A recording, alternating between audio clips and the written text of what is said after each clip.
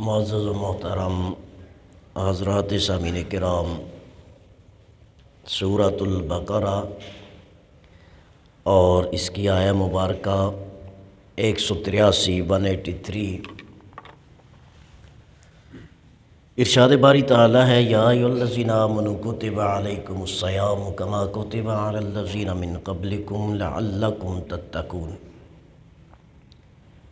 اے ایمان والو، تم پر روزے فرض کیے ہیں جس طرح کہ تم سے پہلی امتوں پر روزے فرض کیے گئے تھے۔ فرضیت روزے کا مقصد یہ ہے کہ لعلکم تتقون، تاکہ تم متقی اور پرہیزگار بن جاؤ۔ رمضان المبارک کا جب آغاز ہوتا ہے تو نبی اکرم صلی اللہ علیہ وسلم نے ارشاد فرمایا، جنت کے دروازے کھول دیے جاتے ہیں، جہنم کے دروازے بند کر دیے جاتے ہیں، اور سرکش شیاطین جو ہیں انہیں جکڑ دیا جاتا ہے۔ ہمارے معاشرے میں یا ہمارے احباب جو ہیں، ہم یہ سمجھ بیٹھتے ہیں کہ فزیکل حقیقت میں جنت کے دروازے کھل گئے ہیں، جہنم کے دروازے بند ہو گئے ہیں، اور شیاطین کو کیا کر دیا ہے، پکڑ کے بیڑیوں میں جو ہے وہ باندھ کے رکھ دیا ہے۔ تو یاد رکھیں، بہت ساری شریعت میں ایسی چیزیں بھی ہیں جو بطور مثال بیان کی جاتی ہیں۔ بطور مثال جنت کے دروازے جب پل صراط سے جنتی گزر جائیں گے تو ان کے استقبال کے لیے دروازے کھول دیے جائیں گے، اور جہنم کے دروازے بند کر دیے جائیں گے اس وقت جب جہنمی سارے جہنم میں پہنچ جائیں گے۔ تو پھر ان احادیث طیبہ کا مطلب اور مدعا کیا ہے؟ تو سب سے پہلے یہ بات سمجھ لینی چاہیے کہ جنت کے دروازے کھول دیے گئے ہیں، اس سے مراد یہ ہے کہ نیکیوں کا ماحول ہو چکا ہے۔ جنت کے دروازے کھلنے کا سبب کیا ہے؟ نیکی ہے، عمل صالح ہے۔ جس طرح نبی اکرم صلی اللہ علیہ وسلم نے ارشاد فرمایا، الجنت تحت اقدام الامہات، جنت ماں کے قدموں کے نیچے ہے۔ تو کیا واقعتاً قدم کے نیچے ہے؟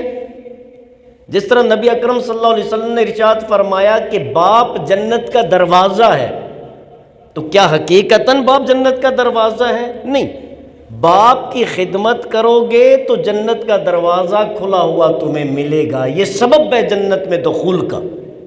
ماں کو راضی کرو گے، ماں کی خدمت کرو گے، ماں کے پاؤں دباؤ گے، ماں کو جو ہے وہ اپنے لیے جو ہے وہ خوش اور خرم رکھو گے، تو اس نیکی کا صلہ اللہ تعالیٰ بطور جنت آپ کو عطا فرمائے گا۔ تو اسی طرح رمضان المبارک میں جنت کے دروازے کھول دیے جاتے ہیں، جہنم کے دروازے بند کر دیے جاتے ہیں، شیاطین کو جکڑ لیا جاتا ہے۔ مطلب یہ ہے کہ ماحول ان اعمال کا بنا دیا جاتا ہے جو تمہارے لیے جنت میں داخلے کا سبب اور باعث بنتے ہیں۔ جس طرح نبی اکرم صلی اللہ علیہ وسلم نے ارشاد فرمایا، جو شخص مجھے دو چیزوں کی ضمانت دے میں اسے جنت کی گارنٹی دیتا ہوں، میں اسے جنت کی ضمانت دیتا ہوں۔ وہ کون سی؟ ارشاد فرمایا، جو ما بین شفتین، جو دو ہونٹوں کے درمیان ہے، یعنی زبان، حلق، اس کی زبان، اس کی ضمانت، اور اپنی شرمگاہ کی ضمانت دے دے کہ شرمگاہ کی حفاظت کرے گا، اور اپنے جبڑوں کے درمیان کا جو علاقہ ہے اس کی حفاظت کرے گا، میں اسے جنت کی بشارت دیتا ہوں، میں ضمانت دیتا ہوں۔ وجہ کیا ہے؟ اب غور فرمائیں، انسان جو گناہ کرتا ہے یا اس کا تعلق حلق سے ہوگا، منہ سے ہوگا، یا اس کا تعلق جو ہے شرمگاہ سے ہوگا۔ تو مین جو ذریعے ہیں گناہ کے وہ دو ہیں۔ حلق میں ایک تو زبان ہے، تو زبان کے ذریعے غیبت کی جاتی ہے، زبان کے ذریعے جھوٹ بولا جاتا ہے، زبان کے ذریعے گالی دی جاتی ہے، زبان کے ذریعے دوسرے کو تکلیف پہنچائی جاتی ہے، زبان کے ذریعے کسی کے حق میں یا کسی کے خلاف جائز یا ناجائز گواہی دی جاتی ہے، وغیرہ وغیرہ۔ ایک دوسرا پیٹ کہ خوراک جو حرام کے ذریعے سے ہم حاصل کرتے ہیں تو وہ ہمارے حلق کے ذریعے سے، منہ کے ذریعے سے، ان جبڑوں کے درمیان کا جو ایریا ہے اس کے ذریعے سے ہمارے حلق میں جاتا ہے، تو یہ سبب ہے۔ اگر اس کی گارنٹی کوئی مومن دے دے کہ میرے منہ میں لقمہ حرام نہیں جائے گا اور میری زبان سے خلاف شریعت کوئی الفاظ نہیں نکلیں گے اور میں اپنی شرمگاہ کی حفاظت کروں گا، آقا نے فرمایا اس کے لیے جنت گارنٹڈ ہے، اسے جنت ملے گی۔ تو معلوم یہ ہوا کہ اعمال جنت کے دروازوں کے کھلنے کا سبب ہیں، اور رمضان المبارک کا جب چاند طلوع ہوتا ہے تو اللہ تعالیٰ ان اعمال کی اپنے بندوں کو توفیق عطا فرماتا ہے۔ یوں سمجھ لیں کہ یہ منتھلی ورکشاپ ہے، ہر سال میں 1 منتھ ورکشاپ ہے یا ریفریشر کورس ہے۔ جب آپ کسی کورس پہ جاتے ہیں تو آپ کو پہلے اس ماحول میں ایڈجسٹ کیا جاتا ہے، ایک نظم کا، ایک پرنسپل کا جو ہے وہ آپ کو پابند بنا دیا جاتا ہے، ایک قاعدے کا پابند بنا دیا جاتا ہے کہ یہ ٹائم آپ کے سونے کا، یہ ٹائم آپ کے جاگنے کا ہے، یہ ٹائم آپ کے کھانے کا ہے، یہ ٹائم آپ کے ایکسرسائز کا ہے، یہ ٹائم آپ کی واک کا ہے، یہ ٹائم آپ جو ہے یہ کوئی بھی کھیل کھیلنا چاہے یہ پلے گراؤنڈ کا ہے، یہ آپ کا یہ اوقات کار ہے۔ تو پھر آپ کیا کرتے ہیں؟ کھانے کے ٹائم پہ کھاتے ہیں، واک کے ٹائم پہ واک کرتے ہیں، ناشتے کے ٹائم پہ ناشتہ ہے، لنچ کے ٹائم پہ لنچ ہے، اور پھر سونے کے ٹائم ہوا، اپنے سونا ہے تو اپنے سونا ہے، آپ نے اس ٹائم جاگنا ہے تو جاگنا ہے۔ ایک قانون، ایک دائرے میں آپ کو لایا جاتا ہے۔ تو رمضان المبارک ہمیں 2 طرح کی جو ہے وہ پریکٹس کرواتا ہے، ایک روحانی اور ایک جسمانی۔ روحانی کیا ہے کہ ہم اللہ کی رضا کے لیے جائز چیزوں کو چھوڑ دیتے ہیں۔ تو جب بندہ مومن اللہ کے لیے حلال چیزوں کو ترک کر دیتا ہے تو کیا اس سے یہ توقع کی جا سکتی ہے کہ وہ حرام چیزوں کی طرف جائے گا یا ان کا سوچے گا؟ کھانا حلال تھا، رمضان سحری سے لے کر غروب شمس تک، مغرب تک کھانا چھوڑ دیا، حلال تھا، رزق بھی حلال تھا، جائز ذریعے سے کمایا تھا، اپنی محنت کا تھا، حلال تھا، طیب تھا، طاہر تھا، پاک تھا، بھوک بھی لگی ہوئی ہے لیکن اسے کھایا نہیں جا رہا۔ کیوں؟ میں نے اپنے رب سے وعدہ کیا ہے کہ صبح سے لے کر شام تک میں نے تیری اطاعت میں حلال چیزوں کو بھی ترک کر دینا ہے۔ تو مجھے بتائیے وہ بندہ مومن جب رب کے کہنے پر حلال چیزوں کو چھوڑ دیتا ہے تو کیا وہ رب کے کہنے پہ حرام چیزوں کو نہیں چھوڑ سکتا؟ تو یہ دخول جنت کا سبب ہے۔ تو جب حلال اللہ کے حکم پر ترک کیا جا سکتا ہے تو حرام اللہ کے حکم پر ترک کیوں نہیں کیا جا سکتا؟ پہلی بات۔ دوسری بات کیا ہے کہ جب اللہ کے سامنے بندہ مومن سر تسلیم خم کر لیتا ہے تو پھر وہ اپنی مرضی کو اللہ کی مرضی پر قربان کر دیتا ہے۔ رب نے فرمایا اس ٹائم نہیں کھانا، لبیک یا ربی، میرے رب میں حاضر ہوں، میں نہیں کھاؤں گا۔ اس حلال کو بھی چھوڑنا ہے، چھوڑ دیا۔ تو پھر وہی رب ہے نا رمضان کے علاوہ بھی جو ہمیں فرماتا ہے کہ حرام نہ کھایا کرو۔ تو رمضان کے علاوہ ہم کیوں نہیں مانتے اپنے رب کی بات؟ کیا صرف رمضان میں ہم رب کا رزق کھاتے ہیں؟ کیا صرف رمضان میں ہم سانس لیتے ہیں؟ کیا صرف رمضان میں ہم پر عنایات اور اکرام کی برسات ہوتی ہے؟ نہیں، ہر لمحہ اللہ کا کرم اور اللہ کی نعمتیں ہمیں مل رہی ہیں، تو پھر ہر لمحہ اللہ کی اطاعت کرنا بھی یہاں پر فرض اور لازمی ہے۔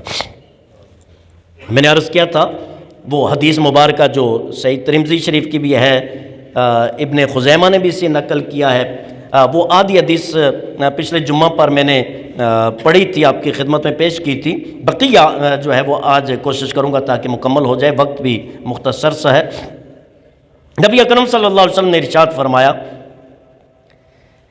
کہ جو روزے دار کو افطار کروائے گا اللہ تعالیٰ جتنا اجر روزہ رکھنے والے کو عطا فرمائے گا اتنا روزہ افطار کروانے والے کو بھی عطا فرمائے گا۔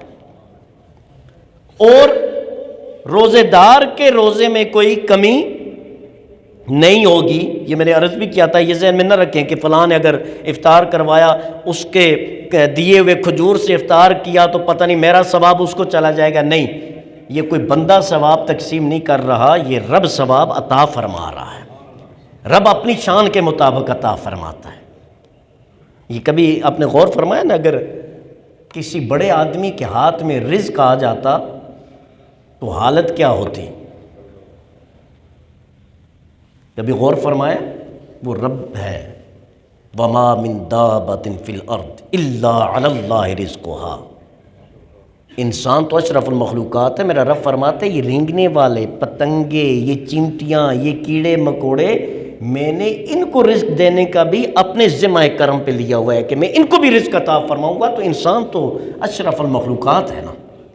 لیکن یہی اشرف المخلوقات, یہ جن لوگوں کا سپلائی سے آج کل واسطہ پڑتا ہے نا, ان سے پوچھ لیں, وہ ہفتے میں ایک دن جو ہے وہ سپلائی کا آٹا ملتا ہے, حشر نشر ہو جاتا ہے بیچاروں کا. پیسے لے کے کھڑے ہوتے ہیں, 20 kg جو ہے وہ تھیلا لینے کے لیے, نمبر نہیں آتا, دھکے کھا رہے ہوتے ہیں.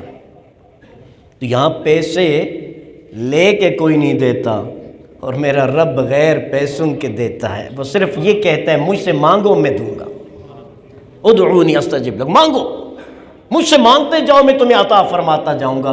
تو ہمیں مانگنے کی فرصت نہیں ہے, اور جب فرصت ملتی ہے نا, میں اکثر کہتا ہوں کہ اصل میں آنکھیں تب کھلتی ہیں جب آنکھیں بند ہو جاتی ہیں, اور جب بند ہو کے آنکھ کھلتی ہے نا, اس آنکھ کھلنے کا فائدہ نہیں ہوتا, پھر کھلی کی کھلی رہ جاتی ہے, پھر دوسرا اسے بند کر رہا ہوتا ہے. تو لہٰذا اس وقت جو آنکھ کھلے, آج اپنی آنکھیں کھول لیں اور اپنے رب سے دوستی کر لیں. ارشاد فرمایا, عرض کی یا رسول اللہ صلی اللہ علیہ وسلم لیس کلنا یجد ما یفطر الصائم. یا رسول اللہ, ہمیں سے ہر ایک کے پاس نہیں ہوتا کہ ہم صائم کو افطار کروائیں, روزے دار کو افطار کروائیں. ہمیں سے ہر ایک کے پاس اتنی گنجائش ہے. جس طرح ہم نے 20,000 روپے رکھا ہوا ہے ایک افطاری کا, کہ جو لوگ افطاری کروانا چاہتے ہیں وہ 20,000 روپے دیں. صحابہ نے عرض کی یا رسول اللہ, ہم میں سے ہر ایک نہیں دے سکتا اتنا, ہمارا کیا ہوگا؟ صحابہ کرام پر قربان جائیں کہ وہ باتیں بھی اپنے کریم آقا سے پوچھ لی جو قیامت تک ہونے والی تھی, وہ بھی پوچھ لیا. یا رسول اللہ, ہمیں سے ہر ایک یہ گنجائش نہیں رکھتا. آقا صلی اللہ علیہ وسلم نے ارشاد فرمایا, یعط اللہ ھذا الثواب من فطر صائما علی تمرۃ و شربۃ ماء و مذقۃ لبن. آقا صلی اللہ علیہ وسلم نے ارشاد فرمایا, اللہ تعالیٰ یہ ثواب اسے بھی عطا فرمائے گا جو ایک کھجور کے ذریعے روزہ افطار کروائے, اسے بھی عطا فرمائے گا جو ایک پانی کا گھونٹ پلا کے روزہ افطار کروا لے, اور اسے بھی عطا فرمائے گا جو ایک گھونٹ دودھ دے کر جو ہے دودھ پر روزہ افطار کروائے. یعنی پانی سے روزہ افطار کرواؤ, دودھ کا گھونٹ پلا کر یا پانی کا گھونٹ پلا کر یا کھجور کھلا کر, اللہ تعالیٰ بہر صورت ثواب تمہیں عطا فرمائے گا. اب وجہ کیا ہے؟ ایک بندے نے 20,000 خرچ کیا افطار کروانے کے لیے, ایک نے 5 کھجوریں پیش کی, ثواب برابر کیسے؟ بات وہ ہے جتنی نیت خالص اتنا ثواب زیادہ, جتنی نیت خالص اتنا ثواب زیادہ, جتنا اخلاص اتنا اللہ تبارک و تعالی ثواب اور اجر عطا فرماتا ہے. ان اللہ لا ینظر الی اعمالکم, اللہ تمہارے اعمال کو نہیں دیکھتا, کن کو دے والا کہ ینظر الی نیاتکم, اللہ تمہاری نیتوں کو دیکھتا ہے. اگر تم لوگوں کے لیے یہ سب کر رہے ہو, اوکے افطار ہو رہا ہے, روزے داروں کا تو بھلا ہو رہا ہے, لیکن روزہ کھلوانے والوں کا بھلا نہیں ہو رہا. ان کا بھلا تب ہوگا کہ وہ روزہ کھلوا رہے ہیں صرف اللہ کی رضا کے لیے, اللہ کو راضی کرنے کے لیے, کسی کو دکھانے کے لیے نہیں. آگے آقا صلی اللہ علیہ وسلم نے ارشاد فرمایا, وَهُوَ شَهْرٌ أَوَّلُهُ رَحْمَةٌ وَأَوْسَطُهُ مَغْفِرَةٌ وَآخِرُهُ عِتْقٌ مِّنَ النَّارِ. آقا صلی اللہ علیہ وسلم نے ارشاد فرمایا, یہ وہ مہینہ ہے جس کا پہلا عشرہ رحمت ہے, درمیانی عشرہ مغفرت ہے, اور آخری عشرہ جہنم سے آزادی ہے. تو ہم کون سے عشرے میں ہیں؟ رحمت کے. درمیان والا کون سا ہے؟ مغفرت. اور آخری کون سا ہے؟ آگ سے آزادی, جہنم سے. اب آپ غور فرمائیں, پہلا عشرہ مغفرت کیوں ہے؟ اب رحمت کیوں ہے؟ پہلا عشرہ مغفرت کیوں نہیں ہے؟ رب ہے نا، بخشنا تو رب نے ہے، وہ چاہے پہلے عشرے میں بخشے، چاہے درمیانی میں بخشے، چاہے آخرت میں بخشے۔ پہلا رحمت، دوسرا مغفرت، اور تیسرا جہنم سے آزادی۔ اگر غور کریں تو بات یہ ہے، جب رمضان شروع ہوتا ہے تو میں اور آپ گناہوں میں لت پت ہوتے ہیں، تو پہلے اللہ کی رحمت ہمیں اپنے سایہ میں لے رہی ہے، قبول کیا، میری رحمت میرے غضب پر حاوی ہے، سبقت رحمتی علی غضبی۔ تو پہلے رحمت سے استقبال کیا جاتا ہے، تو جب استقبال ہو جاتا ہے بندہ مومن کو اللہ اپنی رحمت میں لے لیتا ہے، تو اس رحمت کی وجہ سے اللہ اسے توبہ کی توفیق عطا فرماتا ہے، نیک اعمال کی توفیق عطا فرماتا ہے، اپنے گناہوں پر ندامت کی توفیق عطا فرماتا ہے۔ تو جب اس پروسیس سے گزرتا ہے تو پھر دوسرا درجہ مغفرت، پھر میرا رب غافرہ یغفر کا مطلب ہوتا ہے ڈھانپ لینا، چھپا لینا، غافر الذنب، گناہوں کو ڈھانپ لیتا ہے، تو مغفرت پھر میرا رب کرم فرماتا ہے کہ اس کے گناہوں کو ڈھانپ دیتا ہے، چھپا لیتا ہے، ایون کہ فرشتوں کی نظر سے بھی چھپا دیتا ہے۔ اور جب کوئی سچی توبہ کر لے تو میرا رب ارشاد فرماتا ہے اولئک یبدل اللہ سیئاتہم حسنات، پھر اللہ جتنے گناہ اس بندے نے کیے تھے نا، رب اتنی نیکیاں عطا فرما دیتا ہے۔ تو جب گناہ چھپ جاتے ہیں پھر بخشش کا پروانہ آخری عشرے میں بندہ مومن کو عطا ہوتا ہے۔ آگے ارشاد فرمایا من خفف عن مملوکہ فیہ غفر اللہ لہ وعتقہ من النار، جو اپنے زیر سایہ لوگ جو ہیں، ملازم ہیں، زیر سایہ طبقہ جو بھی ہے، ان کے ساتھ تخفیف اگر کوئی کرے، اللہ تعالیٰ اس تخفیف کی بدولت اسے جہنم سے آزادی عطا فرما دیتا ہے۔ پھر ارشاد فرمایا 4 باتوں کو جو ہے وہ کیا کریں، اس میں کثرت کریں۔ تردون بہا ربکم، ان کے ذریعے آپ کیا کریں گے، اپنے رب کو آپ یاد جو ہے راضی کر لو گے۔ 2 چیزیں بڑی ضروری ہیں، وہ ارشاد فرمایا کون سی ہیں؟ پہلی جن کے بغیر تمہیں چارہ نہیں ہے وہ یہ ہے شہادت اللہ الہ الا اللہ، گواہی دو کہ اللہ کے سوا کوئی معبود نہیں، اللہ کے سوا کوئی عبادت کے لائق نہیں، اللہ کے سوا کوئی سجدے کے لائق نہیں، اللہ کے سوا کسی کو سجدہ روا اور جائز نہیں ہے، لا الہ الا اللہ محمد الرسول اللہ، یہ گواہی دو، یہ پکا لو، زیادہ سے زیادہ دہراؤ۔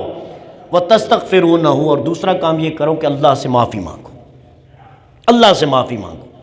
اور 2 خصلتیں جو بہت لازمی ہیں جس کے بغیر تمہیں چارہ نہیں ہے، وہ کون سی؟ تسألون اللہ الجنہ، اللہ سے جنت مانگو، وتعوذون بہ من النار، اور اللہ سے جہنم کی پناہ مانگو۔ یہ 4 کام کرو کہ لا الہ الا اللہ محمد الرسول اللہ کا ورد کرو، استغفار کی کثرت کرو، جنت کی دعا کرو، اور جہنم سے پناہ مانگو، یہ سارے کام کرو۔ اور پھر ارشاد فرمایا من صائما سقاہ اللہ من حوضی شربۃ لا یظمأ حتی یدخل الجنہ، ارشاد فرمایا جو روزے دار کو پانی پلائے گا اللہ تعالیٰ میرے حوض کوثر سے اس کو ایسا جام نصیب فرمائے گا کہ اس کے پینے کے بعد وہ کبھی پیاسا نہیں ہوگا۔ تو حضرات محترم، یہ وہ حدیث مبارکہ تھی جس کو ابن خزیمہ نے اپنی صحیح میں نقل کیا، ابن حبان نے، اور امام بہقی نے سنن بہقی میں، اور امام ترمذی نے سنن ترمذی میں اس حدیث مبارکہ کو نقل کیا تھا۔ تو یہ 2 جمعوں پہ جو ہے یہ حدیث مبارکہ آپ کی خدمت میں پیش کی گئی۔ المختصر، بڑی برکتوں والے ایام ہیں، رحمتوں والا مہینہ ہے، رحمتوں والا عشرہ ہے، تو کوشش کریں زیادہ سے زیادہ اپنے رب کی بارگاہ میں جھکیں۔ جن کی نمازیں رہ گئی ہیں، کوشش نوافل کے بجائے زیادہ کوشش کریں کہ فرائض ادا کریں، جتنے اپنے نفل پڑھنے نا۔ آپ کے علم میں، میں نے پچھلے جمعہ پر عرض کیا تھا کہ 1 فرض رمضان میں پڑھو گے 70 فرائض جتنا ثواب ملے گا۔ تو لہٰذا نوافل کے بجائے جن کی نمازیں پوری ہیں وہ تو خوش قسمت لوگ ہیں نا، وہ تو پڑھیں نوافل۔ مجھ جیسے، ہم جیسے جو ہے نا گناہ گار لوگ، وہ زیادہ فرائض پڑھیں، جو پچھلے رہ گئے زیادہ سے زیادہ فرائض پڑھیں، درود شریف کا ورد کریں، اور اپنی زبان کو کنٹرول میں رکھیں، کیونکہ روزہ ڈھال ہے، جب تک کہ فسق و فجور اور گالی جو ہے یا برائی یا برا کہہ کے جو ہے اس کو آپ ڈھال کو توڑ نہیں دیتے۔ اللہ تعالیٰ سے دعا ہے ماہ صیام کی ہمیں برکتیں بھی عطا فرمائے، اللہ تعالیٰ ہماری خطاؤں کو معاف فرمائے اور ہمارا خاتمہ بالایمان فرمائے۔